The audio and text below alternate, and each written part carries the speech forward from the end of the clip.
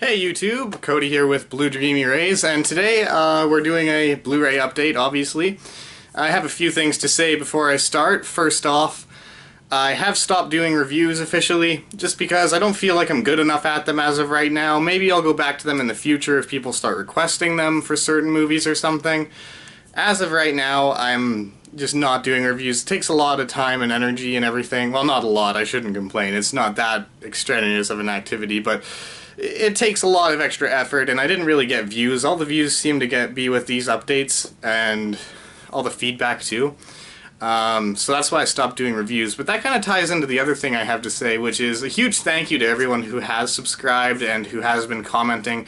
I got a lot of comments on my last update, and I really love communicating with you guys. I find it really fun to go back and forth and talk about movies. It's one of my favorite things to do. So if you're watching this and you have anything at all to say about these movies, or you just want to say hi, whether you're a subscriber or not, leave it in the comments. I'd love to talk to you. Yeah, I'm trying to cut down on the number of ums I say, and now that I've addressed it, you guys will probably count and comment it, which sucks, but I do say it a lot, and I apologize for that.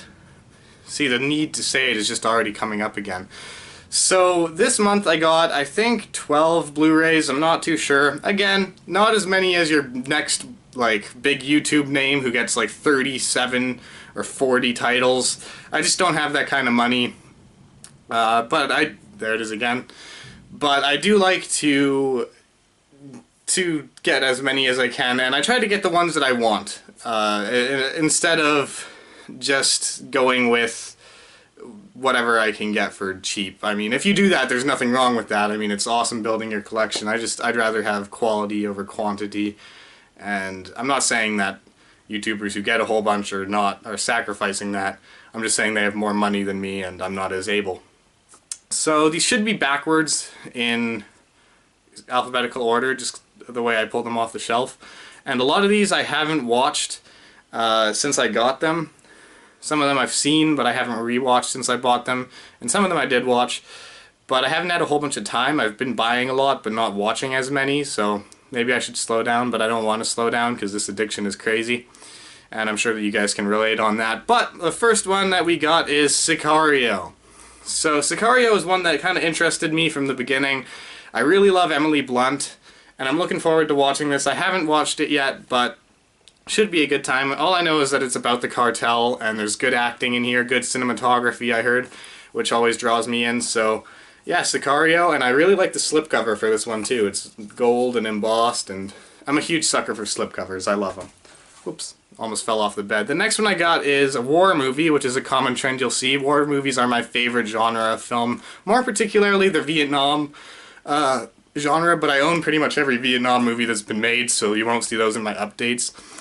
But this one's Saving Private Ryan. I don't know why I didn't have this, but I didn't. And I found it with a slipcover, which I'm super stoked about. And yeah, one of the best openings in cinematic history. Just that beach scene is crazy. Lots of bloodshed, lots of gore, just fun war movie. Not fun, but brutal and real war movie. And I'm looking forward to rewatching it. I haven't seen it in a few years. I haven't rewatched that since I bought it. This one is The Road. The Road I got because it was a 3 for $15 deal. To be honest with you, I saw bits and pieces of this movie when I was younger, but my mom thought it was too disturbing for me, so she shut it off. So I'm kind of interested to go back and watch this. The story behind it kind of intrigues me, and yeah, I'm looking forward to it. I haven't really seen too much about it in a while, but I've heard good things. So this next one, Raging Bull, is one that I do collections, and I'm going to start doing all of my blank movies. And this one knocked off 2 lists, my Scorsese list and my boxing list, which are both videos that I'm going to make as soon as I have all the movies I want. And I didn't expect this to be in store. I thought I would have to order it online. I walked in, it was a 2 for $15. I was stoked, and it came with a slipcover, and once I opened it up, I even got some cards, some pictures of the movie. So awesome release, really cheap. This is one of my favorite pickups I got. I did watch this one. It was my first time watching it, and I thought it was good. I don't think it's one of the best boxing movies of all time, but I thought it was pretty good. And yeah, Raging Bull. Next one I got is Passchendaele. So Passchendaele is the story of some Canadian soldiers who had to go over and fight the Battle of Passchendaele. And I remember watching this in social class at the 20 level and liking it, but it was a bit too much of a love story for me than a war movie, which is what I was expecting.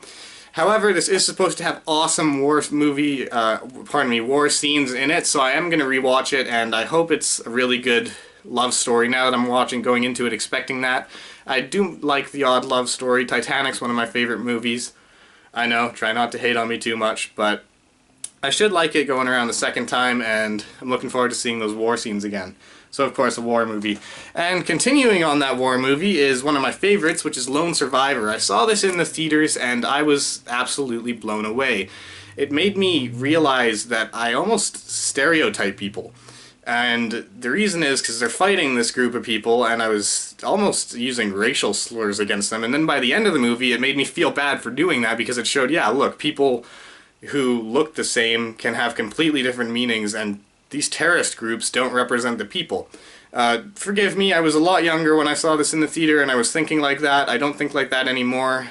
This movie isn't the entire reason, obviously, but this one helped me, and this one connected with me on a very deep level for me to see that, oh my god, like, I wasn't a racist, but some of the times when I saw certain things, I would automatically jump to that racial card. And it was wrong, and this movie kind of showed me.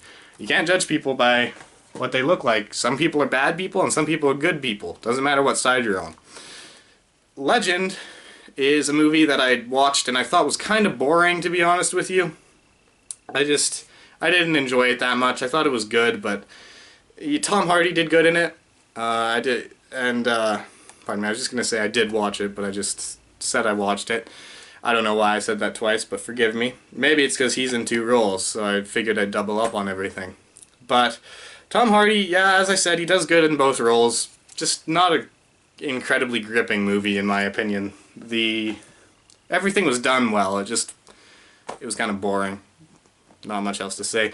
Interstellar, I've tried watching this one on Netflix probably 2 or 3 times, and I just can't get through it. It's not because I dislike the movie, it's because I'm watching it when I'm tired, or I'm busy, or something like that. So now that I have it on Blu Ray, I'll hopefully have the discipline to sit down and do a full viewing. And this means that I only have one more movie to get until I have the complete Christopher Nolan collection, and I'll do a video on that as well. So, yeah, Interstellar, it's a movie about space. Sorry if I've been skimming over what these movies are about, I'm just trying to get through it really fast, because I only have 15 minutes. But Interstellar, it's a movie about these guys, or this group of people who has to leave Earth to relocate, if you will, find a planet that's capable of holding life, and they get sucked into a wormhole. That's about all I know about it, and I've tried to watch it twice. Gotten about halfway through-ish. So the last war movie on this video, pardon me, is Hyena Road. This is a pretty cool one because it's a Canadian-made film, at least from what I know. And I really wanted to see this one in theaters, never got the chance to. I'm really stoked that I can watch it now. It isn't supposed to be the best movie, but I'm all over war movies. I love them, and I can't wait to pop this one in and give it a go. I'm not as into the Afghanistan war as I am the other wars, but I'll still give this one a go and I'll probably enjoy it. Like I said, I loved Lone Survivor, so we'll see how I like Hyena Road, pardon me. Now, the next one I got is Crimson Peak, and Crimson Peak I have not watched yet, though I've heard it's not that good, and I bought it kind of anticipating that it would be. I liked the style that it looked like it was going for, but then I heard after I bought it that there's barely any ghosts and barely any horror in it, so I'm going to watch it with that mindset, but it just kind of put me off of watching it. I might not get around to it for a while. But Crimson Peak. And then next we got Creed. So Creed is a movie that I did watch it, and I think it's kind of overrated. I think it's very, very cookie cutter, and definitely stuck to the same formula that a lot of boxing movies do these days. It's a formula that works, granted, and they did do a good job with it. Sylvester Stallone as Rocky was awesome. I loved every word he said, but the other guy, Michael B. Jordan, I wasn't sold on his performance at all. Pardon me. Sorry to say.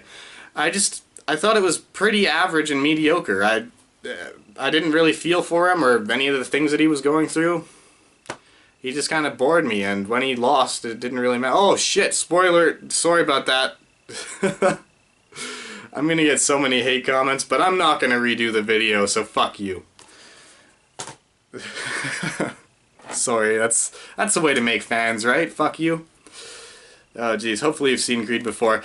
American Beauty. This is a movie that I've been looking for a while, and I finally found it. This is one of the ones that kind of surprised me. I didn't think I'd find it like Raging Bull, but I did, and I haven't watched it yet. It's supposed to be one of the best movies of all time, so we'll see if it stacks up to that. I don't know if it will. I'm not really into these kind of movies, but I figured I'd give it a go anyway. It's about a midlife crisis, so yeah, I wonder if my dad's in there. Probably. So, that's all I got for this month, you guys. I want to thank you for watching. Again, if you have anything to say, if you're mad at me for spoiling one of those movies for you, or if you're happy about me making the video, anything at all, you can post it in the comments below. Like or dislike, whichever one you liked. I'd appreciate you showing me some feedback so that I can tweak things here and there. And yeah, expect another update video in the next month. I will be making some other different videos in that time, so you can look out for those as well. I'll probably upload them right around the same time this is. I'm going to shoot them right now. I might wait to upload them though, I don't know. But at any rate, I want to thank you for watching again, and hope to see you next time on Blue Dreamy Rays.